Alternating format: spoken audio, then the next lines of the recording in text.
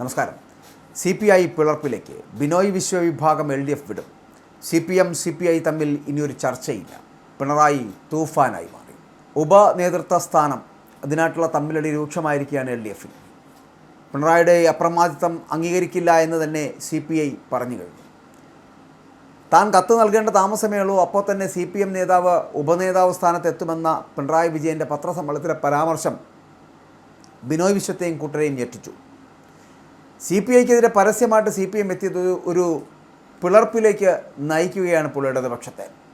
ഒന്നുകിൽ ഈ പറയുന്ന പോലെ CPIക്ക് അതൊരു പിളർപ്പ്, ഇല്ലെങ്കിൽ CPI CPM എന്ന് പറയപ്പെടുന്ന രണ്ടായി മാറുന്ന അവസ്ഥ. ഇടതുപക്ഷത്തു നിന്നും പുറത്തേക്ക് പോകുവാൻ തയ്യാറെടുക്കുന്ന CPI. ഈ പ്രതിപക്ഷ ഉപനേതൃത്വ സ്ഥാനത്തെ ചൊല്ലിയുള്ള CPM CPI തർക്കം പരസ്യമായ വാക്പോരിലേക്ക് എത്തിയിരിക്കുന്നു. പിണറായി വിജയനെ രൂക്ഷമായിട്ട് വിമർശിച്ചുകൊണ്ട് CPI മുഖപത്രത്തിൽ ലേഖനം വന്നതിന് പിന്നാലെയാണ് CPIയുടെ രാഷ്ട്രീയ സ്വാധീനത്തെ ചോദ്യം ചെയ്ത് CPM നേതാക്കളടക്കം രംഗത്തെത്തിയത്.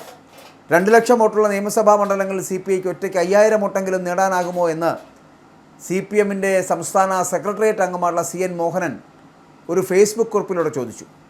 എന്നും സമ്മർദ്ദതന്ത്രം സ്വീകരിക്കുന്ന പാർട്ടിയാണ് CPI എന്നും ഇടതുപക്ഷ ഐക്യം നിലനിർത്തണമെങ്കിൽ CPM എല്ലാം സഹിക്കണമെന്നതാണ് അവരുടെ നിലപാടെന്നും മോഹൻ വിമർശിക്കുന്നുണ്ട്.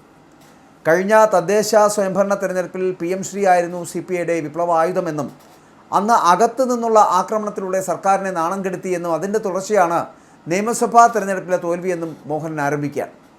സമ്മർദ്ദതന്ത്രത്തിലൂടെ CPI അർഹതയില്ലാത്തത് നേടിയെടുക്കുകയാണ് എന്നും ഇതുവരെ ഇല്ലാത്ത കീഴ്വഴക്കങ്ങൾ ലംഘിച്ചാണ് നിയമസഭയിലെ പ്രതിപക്ഷ ഉപനേതൃത്വ സ്ഥാനം വേണമെന്ന് CPI ആവശ്യപ്പെടുന്നത് എന്നും മോഹനൻ പറഞ്ഞു വെക്കുന്നുണ്ട്.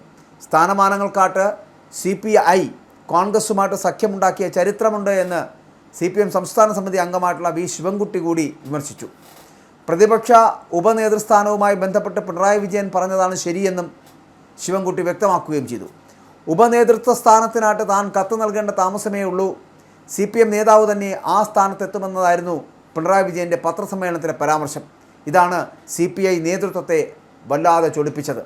എല്ലാം താനാണ് എന്ന ഭാവമാണ് പിണറായിക്ക് എന്നതടക്കമുള്ള വിമർശനങ്ങളുമായിട്ട് CPI assistant secretary Sathyan Mokeri ജനയുഗത്തിൽ ലേഖനം എഴുതുകയും ചെയ്തു. ഇതിന് പിന്നാലെയാണ് ഇരു പാർട്ടികളിലെയും നേതാക്കൾ പരസ്യമായി പരസ്പരം വിമർശനം ശക്തമാക്കിയത്. അങ്ങനെ ആ വിമർശനത്തിൻ്റെ അന്തിമ ഫലം എന്ന് പറയപ്പെടുന്നത് ഒരു പിളർപ്പ് കാണുന്നു എന്നുള്ളതാണ്.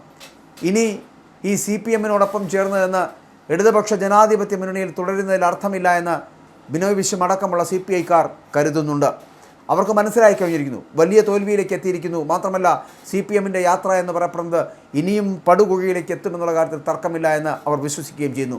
CPM തിരുത്താൻ തയ്യാറാകത്തോളം കാലം CPMൻ്റെ അപ്രമാദിത്വത്തിൽ തുടരുവാൻ അല്ലെങ്കിൽ ഓംബ്ര വിളികളോടുകൂടി അതിൽ തുടരുവാൻ തങ്ങൾക്ക് താല്പര്യമില്ല എന്നുള്ള ഒരു സൂചനയാണ് ഇപ്പോൾ ബിനോയ് വിശ്വം അടക്കമുള്ള CPIക്കാർ മുന്നോട്ട് വെക്കുന്നത്. മാത്രമല്ല AIYFലുമുണ്ട് അത്തരത്തിൽ ചില നീരസങ്ങൾ. AIYFും ഇങ്ങനെ ഓംബ്രാന്മാരോട് തലകുനിച്ച് നിൽക്കേണ്ട, തല ചൊറിഞ്ഞു നിൽക്കേണ്ട ഗതികേടില്ല എന്ന് പറയുമ്പോൾ അത് ആ പാർട്ടി മാറ്റം തന്നെയാണ് എന്ന് പറയേണ്ടിയിരിക്കുന്നു. ഈ CPM എന്ന് പറയപ്പെടുന്ന പ്രസ്ഥാനത്തിനോടൊപ്പം മുന്നോട്ട് പോകേണ്ട സാഹചര്യം ഞങ്ങൾക്കില്ല എന്ന് വരുത്തി തീർക്കാൻ കൂടി ഈയൊരു നേതൃസ്ഥാനം അതിനുവേണ്ടിയുള്ള ഉപനേതൃസ്ഥാനത്തിന് വേണ്ടിയുള്ള ഒരു കടിപിടി നടക്കുന്നുണ്ട് എന്നുള്ളതാണ്. അപ്പോൾ അതിൽ നിന്ന് വ്യത്യസ്തമായിട്ടിപ്പോൾ മാറി ചിന്തിക്കേണ്ട സാധ്യതയില്ല. CPMും CPIയും തമ്മിൽ ഇനി ഒരു ചർച്ചയുടെയും ആവശ്യമില്ല എന്ന് പിണറായിയെപ്പോലൊരു നേതാവ് പറഞ്ഞു കഴിയുമ്പോൾ CPM വളരെ മൗനത്തിലും CPI അതിനെ എതിർത്തുകൊണ്ട് മുന്നോട്ട് പോകുവാൻ ശ്രമിക്കുന്നു. അപ്പോൾ CPIക്ക് ഇനി ഇടതു മുന്നണിയിൽ നിൽക്കേണ്ട ഒരു സാഹചര്യം ഉണ്ടാകുമെന്ന് തോന്നില്ല. ചില പഴയ മന്ത്രിമാരടക്കം V ശിവൻകുട്ടി അടക്കമുള്ളവർ ഇതിനോട് പ്രതികരിച്ചിരിക്കുന്നത് അങ്ങനെയാണ്. പല നേതാക്കന്മാരും മോഹൻ അടക്കമുള്ളവരുടെ ഫേസ്ബുക്ക് പോസ്റ്റും CPIയെ ചൊടിപ്പിക്കുന്നത് തന്നെയാണ്. അപ്പോൾ CPIക്ക് 2 ലക്ഷം വോട്ട് ലഭിക്കുന്നിടത്ത് ഒരു 5000 വോട്ടെങ്കിലും ഉണ്ടോ എന്ന് ചോദിച്ചവരെ ഇങ്ങനെ തരം താഴ്ത്തുമ്പോൾ സ്വാഭാവികമായിട്ടും ആ പാർട്ടിയോടൊപ്പം ചേർന്ന് നിന്ന് പോകാൻ എന്തായാലും CPIയിലെ ഒരു വിഭാഗമെങ്കിലും തയ്യാറാകില്ല. അപ്പോൾ അതിൻ്റെ സൂചനകൾ വരുന്നുണ്ട്. CPI ചിലപ്പോൾ പിളർപ്പിലേക്ക് പോയേക്കാം. മാത്രമല്ല ബിനോയ് വിശ്വ വിഭാഗത്തിന് LDFൽ തുടരുന്നതിനോടൊപ്പോൾ താല്പര്യം കുറയുന്നുണ്ട്. കാരണം ഈ അപ്രമാദിത്വമാണ് CPMൻ്റെ അപ്രമാദിത്വം, അല്ലെങ്കിൽ പിണറായി വിജയൻ്റെ അപ്രമാദിത്വം.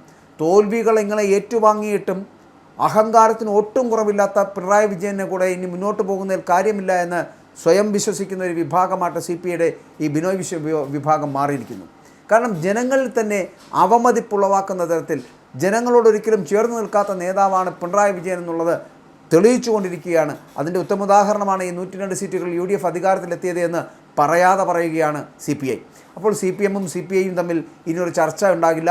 പകരം CPI ചിലപ്പോൾ ഈ മുന്നണി സംവിധാനങ്ങളിൽ നിന്ന് പുറത്തേക്ക് പോകാനുള്ള സാഹചര്യമാണ് ഇപ്പോൾ ഉള്ളത്.